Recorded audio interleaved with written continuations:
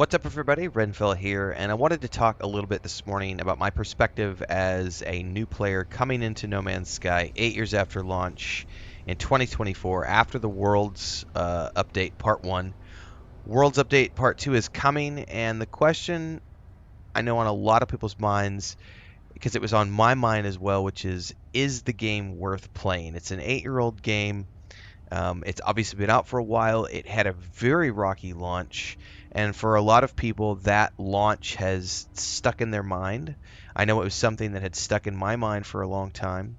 My initial encounter with this game a few years ago was not pleasant, and then flash forward to 2024, I saw the World's Update Part 1 press, and I went, wow, so they're taking technology from their upcoming game, Light No Fire, and they're throwing that into this game, and they're upgrading an 8-year-old game. And that led me down the rabbit hole of, well, what else have they done? And that led me down a further rabbit hole of finding out that Hello Games has just done tons and tons and tons of work, and update after update after update for free.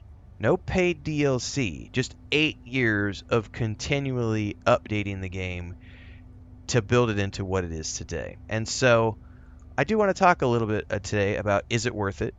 I do think it is.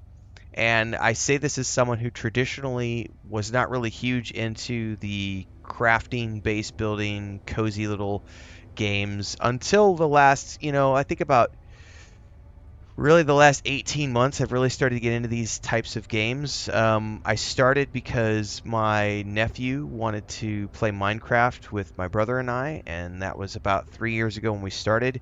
And about a year and a half ago, I started branching out and trying other things. And I've talked about this in other videos elsewhere for the people who have tuned in on a daily basis.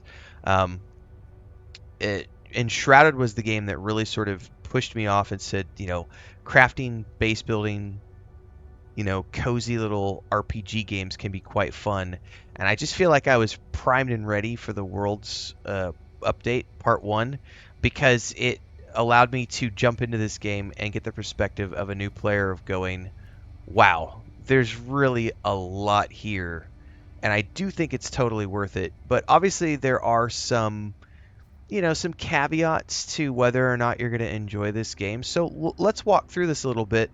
I've been playing now. I think I would, if we go out and look at my, we have to go to the title screen really quick. I think I'm around 40 hours into the game really quick. We could take a look. Load up my save. I just crossed 40 hours, it looks like, today.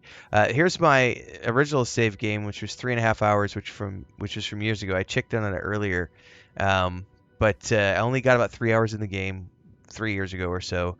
I didn't like it. But then this game, I'm 40 hours in, and I'm having a lot of fun. But again, caveats to, is it worth it? So one of the things I can say is that as much fun as I'm having with this game, I mean, I could probably go on for 45 minutes about all the things that I love so far about No Man's Sky. There are things I don't like, obviously, as well. I mean, every game has pros and cons. This is not a 10 out of 10 experience for me. I would give it a strong 8.5, probably out of 10. I'm not quite ready to do my final review yet. I have been playing this game. You could go in third person or first person, but I really like the first person view because of the fact that it gives me a greater sense of immersion. And just for me, it was the same thing when I played Starfield, Cyberpunk 2077. There are games that I like to play first person, and other games like Red Dead Redemption 2, I want to play third person. But this game, I feel compelled to play in first person because it really does help me feel that exploration vibe, if that makes sense. So, caveats. So, one thing you're going to find here is tons of stuff to do. Like, it's an overwhelming amount of things to do. So, there is the base building aspect of the game, which I am just now starting to get into. I've published like 3 episodes in my base building journey. I recorded the 4th and 5th episodes today. I've got a little bit of a thing that we're building here, and we can go down here and check this out. A little cubby that I've put into the side of the little island here, and I'm on a planet with floating islands, and I'm on a island. This is not a floating one though. This is one of the ones that actually connects to the ground, or connects to the water, I should say. The reason for that is because I'm actually in the process of building a base that connects from the island down into the water, and I'm going to be working on an underwater base. I have a little home that I built during today's stream, which is right here. And this is all very rudimentary. So the base building aspect, yay, the tree's back. Well, one of the trees is back. Anyway, the that's not the right tree. Never mind. I got a little excited over nothing. the the base building aspect of the game is here for those of you who want to get into it, and it's pretty deep. Like, there's all these different parts. I've barely scratched the surface of this because there are hundreds, if not thousands, of pieces that you can get to build with, and I've barely getting into the game, so 40 hours is nothing. I would say that most of the people I've been talking to on my streams and people who've been tuning in my channels have been talking about how they've logged thousands of hours into this game, multiple saves, multiple restarts, different things that they've worked on. So the base building component is obviously one of the strong suits of this game for those who want to get into the base building. And the other part of it is just the crafting, the overall crafting, because everything you're doing, whether it's upgrading your exosuit or your starship or your multi-tool or your exocraft, which there are many different types of exocrafts. I only have access to the Nautilin right now, which is my underwater little sub. And then I also have a like Battlestar Galactica space freighter, which I've barely even done anything with because it's another system that I'm just overwhelmed with. So there are just so many things to do. The familiar things are going to be base building, crafting, upgrading, harvesting. So we could go out here and like do a scan, and behind us we're going to see lots of things. We could go harvest over here. There's carbon things, the oxygen crystals, there's plants, there's trees. And then if we were to dive into the water, and this is one of the big things that changed with the World's Part 1 update is the water itself. Right now it's a calm day, so the water looks very calm, but when the winds pick up and there's storms, we get more waves. The tides come in and out. There's a whole... It's incredible what the tech they're working on with Light No Fire is and how they've brought it into this game. So, like, going down in here into the water, we can go explore, and it's a whole nother... It's a whole nother world down here. And we can come down here and also look around and scan. But what I want to do is grab my Nautiloid really quick, and we can jump in this thing. And this is like a wholly upgradable ship, which I've barely even touched on.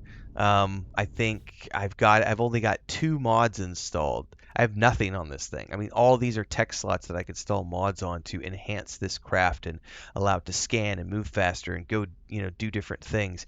And all I've done so far is just I've learned how to use it. I have it. I could tool around in it, but we've got this base that I've built over here on top of this island, and underneath here is like a series of tunnels that we can go explore. I've got another video out where I was showing this the other day about you can go in here and just explore underneath the ocean, and there's all these different things to explore. There's all sorts of resources down in here that you can find. There's wildlife. There's all these different things to see and do and harvest, and these are all the materials that you use to craft, but not just craft with, because all of the quests in this game are also tied to the harvesting and crafting system. So if we go to like my log, we can look at like these different like the surveying mode, expanding my base. This is all about hiring people to come work at my base and expand the base structures.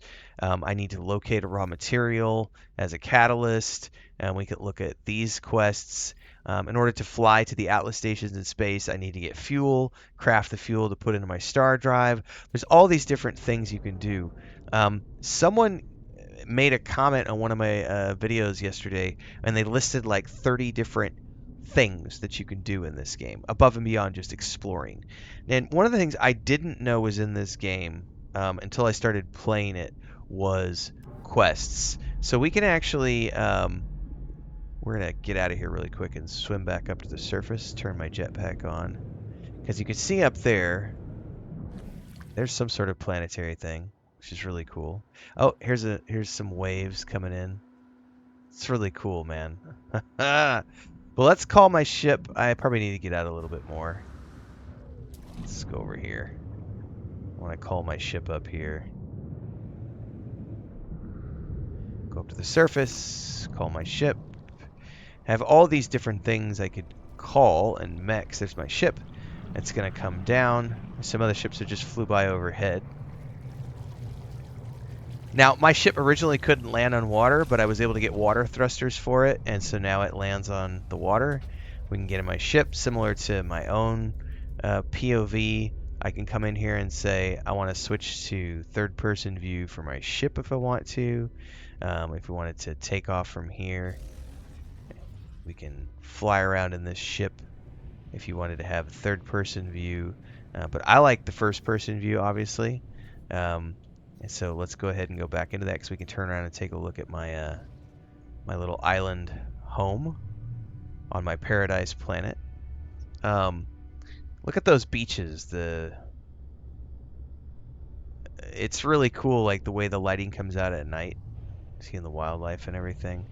Here's my little island that we've got here, my landing pad, and beyond here we've got a big place. And I'm getting sidetracked because I wanted to talk about quests, but before we do that, we want to break orbit and go up here and get into space. So we're gonna go up, get through Atmo. Got some ships popping in here, and we could pick that planet over there in the distance. And why don't we go travel to that planet? Oh, I got an incoming message. What's that? Quests. High command required. We all insist the interloper. My vessel is yours should you have it in your fleet. We can inspect the frigate. I don't even know what this is. I don't even know what this is, guys. I've been playing for 40 hours, and this is something that just popped up. This is an interstellar frigate, and he's saying I can use it for something. I'm assuming this has to do with hiring a crew for my fleet, which this is a part of the game I've not done yet. So this is a perfect time for me to stop and say, so remember how we were talking about all the things? I was wanting to show you quests and everything else.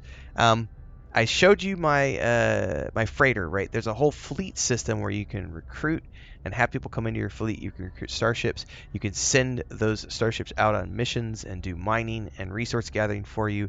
And there's all this space combat that you can get involved in, as well as the combat that you get into with your character on the planets. And your multi-tool can be adapted to do things like be a shotgun, be a pistol, be a rifle, as well as be a tool that harvests. There's so much stuff to do here.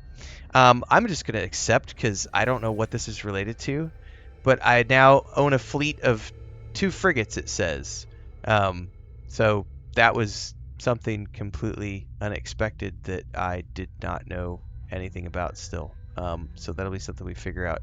I don't know where that other planet went because I got sidetracked with that. But we could pick this planet and we could travel to this planet, go over to this planet, and land. So that's a big aspect of the game, is the space exploration, about how you can travel to other planets within your own star system, and you can land on all of those planets. You can also, we can go over here to the galaxy map and travel to other star systems. And then if we go into free look mode, you realize that it's a massive, all of these names that you can see are places you can go to and jump to. Like, these are all... Which way do you want to go? I've been told it is trillions of planets and systems that you can go to. I don't know the exact number. It's a really big number. And you need different types of hyperdrives to get to places. And I guess one of the big things that people work on is trying to get to the center of the galaxy. So that's another aspect of the game that you can do. But also... going in here to the quest system, there's a primary storyline about who you are and who these, I don't want to say people, but who these individuals are that you interact with, and searching for the fate of these things. You're also interacting with this computer to figure out what that is, on top of your secondary missions, which are more related to the crafting and harvesting and all this other stuff in the game. But space travel, space exploration, all this stuff is here. Going in here, you can find all these different types of starships. There's different types of multi-tools.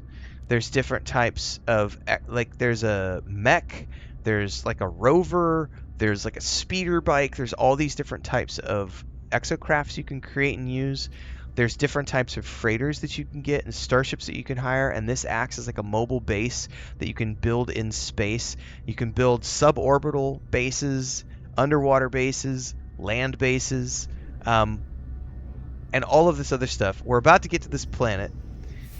I've talked about, I'm going to ignore this because it'll just be somebody who wants to trade with me, that pop up there.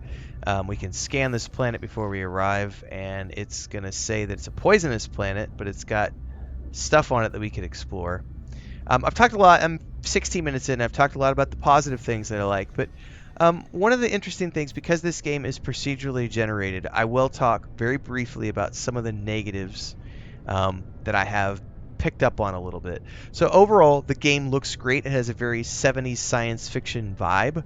And in the initial, 25, 30 hours of gameplay, it's going to feel very fresh and new, and you're going to be like, oh my god, this looks so amazing.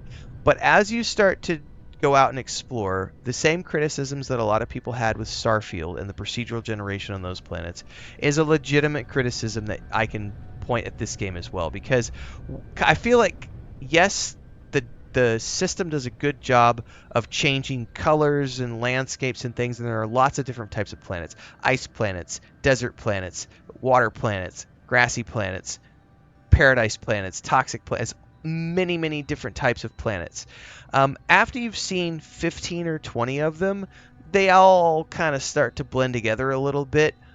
Although I will say that the Worlds Update Part 1 added a whole new level of flora and fauna to a lot of the planets and has really helped make things more diverse. And they have another update that's coming later this year, the Worlds Update Part 2, which is supposedly adding more diversity. I've heard rumors that it's going to be adding more diversity to base building and oceans. So I'm not sure what's going on there yet, but the procedural elements, definitely you'll notice those after a little while. Same thing with like the space stations. If we go up, I talked about this in a different video. All of the space stations, for the most part, I realize there are pirate space stations that look a little bit different, but all of the space stations that you can travel to, there's one over here. Quick commercial break, everyone, to celebrate and give thanks to all of these amazing people who keep me on the air full time. Really appreciate the support.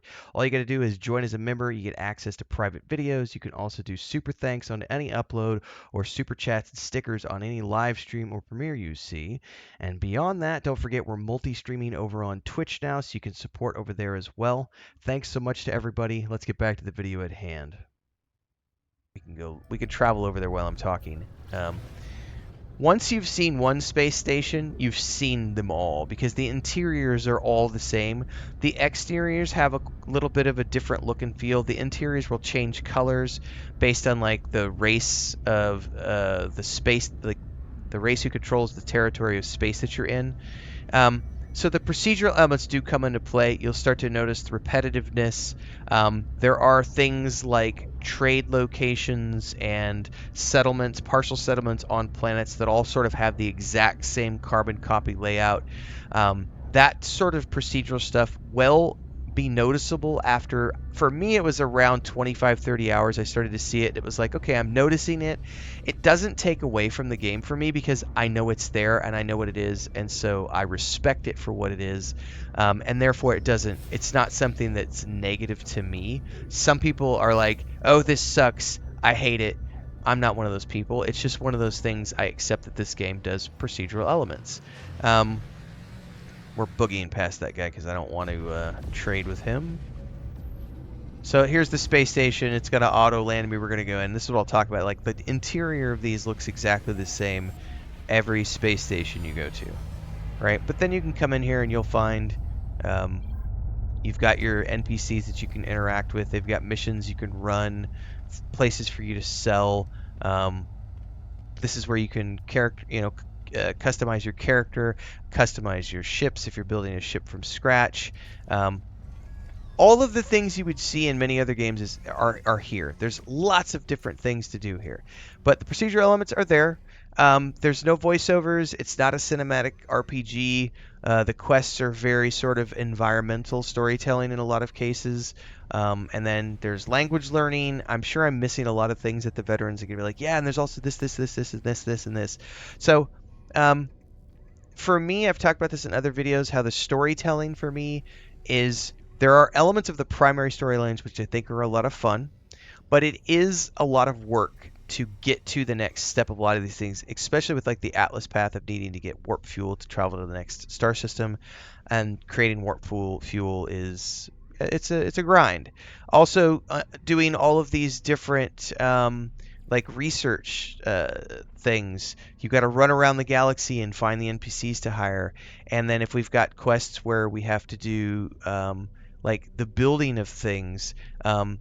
You're going to be grinding a lot of materials, and that could be when you get into this sort of feeling overwhelmed by the fact that your inventory is just filled with all these different types of resources, and you're having to scan everything, and then you're going in here and you're trying to remember what you need to refine down to make the next thing, and you're constantly doing this, and this can definitely feel a little bit grindy after a little while. I will also say that I'm not a huge fan of the combat in this game, the like actual shooting of things on planets with your multi-tool, because there's no aim assist. I'm playing on the controller on the Xbox, and there's no aim assist, and I suck at aiming, so I'm just not a fan of the combat. But this isn't a combat game; it's mostly a exploration, chill game.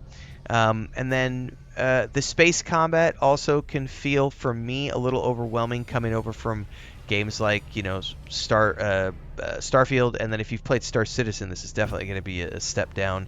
Um, but there are lots of different ships and lots of different ways. They all fly differently. They all have different weapon systems. You can install different weapon systems. So if you prefer one type of weapon over another, you can customize that. For me, I don't play this game for the combat or for the space combat. I play it more for the exploration. It's got great chill music to listen to. Traveling through space is really relaxing. The planets are very beautiful to look at, even though, yes, you do notice the procedural elements after a while. So overall, caveats included, I would say that if you're a new player and you're looking for something where you could easily invest 150 hours into something and still not see it all, I think that this is a really good game to get into if you're someone who understands what it is going in. Don't come into this game and knock it because it's not a cinematic storytelling experience, because it's not meant to be. That's not where this game's strengths lie. This game's strengths lie in the open world exploration, landing on planets, the procedural tech that they've got at play, the tech that they're using to make this massive galaxy, which is something that Star Citizen wants to do. It's something that Starfield wants to do long term. The tech is very interesting, and because of that tech, they obviously can't do the same thing that other games do when it comes to like a deep, rich narrative experience with with mocap and voice, actual performance actors and all that stuff, and they don't have dozens of types of guns, even though you have the multi-tools, which kind of are like guns. And the gunplay here isn't. I wouldn't write home about it, and the space combat, I wouldn't write home about it. It's like I said, if I had to give it a review right now, it's a strong 8.5, 8.5 out of 10 for me. It has a lot of things that it's doing right, but I will definitely admit that I've talked about this otherwhere. I don't play this game for more than about 3 hours a day, sometimes a little bit more, but mostly about 3 hours a day, because that's about the cutoff point for me, because I start feeling the grind get to me, and that's something where any game can have it. So it's not unique to this game. It's a lot like playing an MMORPG in that sense, because after you've logged about 3 hours and you've done it over and over and over, you're going to be repeating those same things over and over and over. But if you're happy with doing that, this is a fun game. And I think at the end of the day, that's what we're all looking for, is a fun game. I would highly recommend this. I think you can get it on pretty much every console. It's on every platform, I think. I'm playing it on the Xbox. I do have. I started playing on the PC. I have Game Pass Ultimate, and so I was able to then just take that, and I could seamlessly switch between the Xbox and the PC. I like playing on the Xbox for the general gameplay, and then building. General building, I don't mind doing on the console, but I find that the mouse and keyboard is better for like, you know, really fine tuning the placement of modules and stuff. But that's for base building, which is a whole other video series that we've got going on. But overall, I do think this game is worth it if you're a new player coming into it. I'm a new player. Like I said, I'm 40 hours in. I'm having a lot of fun. I'd love to hear your thoughts if you're someone who's new to the game as well. Drop those down below. Thanks to everybody in the community for being so welcome. I've had a lot of fun. I'm looking forward to a lot more fun in this game, and I can't wait for Light No Fire as well, which is the other game that's coming out from Hello Games soon. So, yeah, daily streams here and on Twitch, 11 a.m. Central Time usually. Hopefully we'll see you there. Don't forget the Discord, Patreon, and all the socials. Stay safe out there. See you in the next one.